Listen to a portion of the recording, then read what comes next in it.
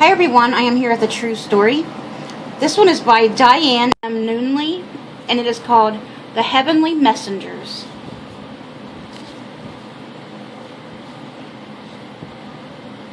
One of my first assignments in my nursing career was on a community hospital pediatric ward. There I learned how children behave during illness and trauma. It's hard to watch children die. They maintain their love of life and desire to play almost to the end. Their fears focus on the immediate concerns: a needle stick, separation from their parents during a test, or being isolated from other children during illness. Rarely has a young child asked me if death is imminent or inquired about an afterlife if he or she has not been taught about eternal life. During this time, I also learned about how parents suffer with their afflicted children. So when my 5-year-old cousin was diagnosed with all acute lymphohydrocytic leukemia, I knew I would learn a new dimension of suffering through the hearts of my mom's sister and her younger daughter, Kimberly. Kimmy's illness lasted over an 18-month period, with the usual prolonged hospital stays, blood transfusions, drugs, and the tears of our entire family. Not only was I a young nurse, but I was also a new Christian. I felt convicted to discuss eternal things with my aunt, but her grief and of watching her daughter suffer kept her from hearing my verbal witness. I decided my best approach was to love her and my cousin through action. The disease progressed, and my desire to explain a simple version of eternity to my small cousin increased. However, the opportunity never seemed to arise. I visited Kimberly often, praying for her and her mother through each visit.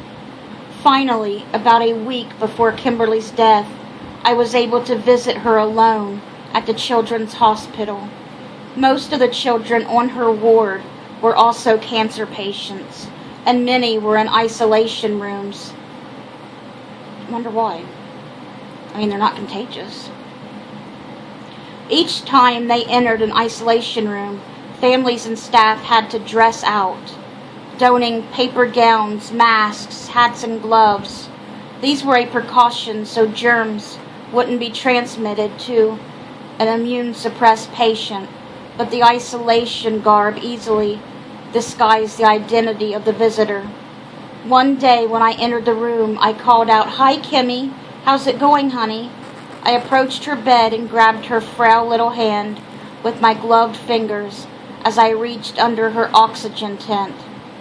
"Is that you, Di?" She turned her pale face toward me, the dark sunken circles glaring beneath her tired young eyes. "It's me. How's your bunny?" She clutched to her chest a worn stuffed rabbit with floppy ears. We had spoken through the bunny before. The bunny had tests or pain, frequently riding to the X-ray department or laboratory. She was always good. The drone of the misted oxygen persisted as Kimberly blinked her eyes. She raised the toy just slightly above her chest. "He's awful tired today," she said, dropping the rabbit to the bed. "Oh, I'm so sorry to hear that. What are we going to do?" I smiled as I noticed the small, brightly patterned suitcase at the foot of her bed. "What's this? Are you going somewhere?" "Pretty soon. They told me to pack and get ready." She strained to raise her head and look at the suitcase. "Over there," she said, motioning toward the window and dropping her head back down. "They've been here 2 days." If I had been talking to a child raised in church, I would not have been surprised that she was thinking about heavenly messengers. Most church education programs teach Bible stories early, but since Kimberly had never been to church, I was intrigued to discover the identity of the visitors at my cousin's window. I have found that most children have deep faith in adults around them. They assume they will be fed and cared for. Kimberly was no different. She never expressed fear through her words or actions during her illness. Her precious little smile prevailed as her lips became bluish from severe anemia. To my knowledge, she had never received teaching about angels or a biblical heaven. Therefore, her allusion to supernatural visitors was stunning. "I will have lots of toys and other kids to play with," she said, her eyes brightening. Then her countenance changed. "What's wrong, honey?" "I can't take Bunny, but they said I can leave him behind to make another sick kid happy. I guess it will be okay." She clutched the toy closer. "Where are you going with them?" "Home. They are taking me home. A new house. And Mama can come too." "Who are they, Kimmy? Did they tell you their names?" "Friends. I think they were angels. I have my stuff packed in the suitcase Grandma gave me," she said. I continued to question her about their dress, voice, hair color, and style. Did they come into the room or stay at the window? Was their appearance only at night, or did they also come during the day? Were they men or women? Her answers were quick, to the point, and her demeanor remained peaceful and assured. I learned the angels were boys and girls that looked like the teens down the street from her home, and they had appeared for several nights in a row outside her window. She'd packed her suitcase with the help of a night nurse and insisted it be kept at the foot of her bed. "Are they here now?" I asked. I had heard confessions from patients who talked about seeing loved ones or heavenly messengers a few days before death, so I didn't want to discount her testimony. Besides, how could she have made up such a story when she had no previous training about God's messengers? "Not now. They came again this morning and said they would be back tonight. I've already told Mommy to get ready too. Will you make sure Bunny goes to a new kid?" "Certainly I will. You just tuck him under the covers when you go, and he will fall asleep until I get here, okay?" She nodded, clutched the rabbit to her chest, and closed her eyes. She had lost so much weight that her little eyes bulged out under her half-closed lids. I said goodbye and knew I had to talk with my aunt. I believed Kimmy's death was to be imminent. My aunt was resting in the waiting area, cigarette smoke clouding her weary face. "Did she tell you about the angels?" "Yes, she did. I think it will be soon." She snuffed out her cigarette, stabbing it into the ashtray with fierce strokes. "I guess I should call the priest. Do you have one?" "Don't look at me like that. I know I should. I know I should have taken her to church a long time ago. It's too late now." "Not too late for Kimmy. Seems like she's ready for heaven. She expects you to be there too. Not the most brilliant theological introduction, but it opened the door.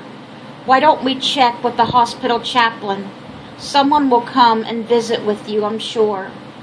I thought the loss of her daughter might open her heart to hear the gospel, but more realistically, I feared the anger and bitterness would shout over God's extended grace.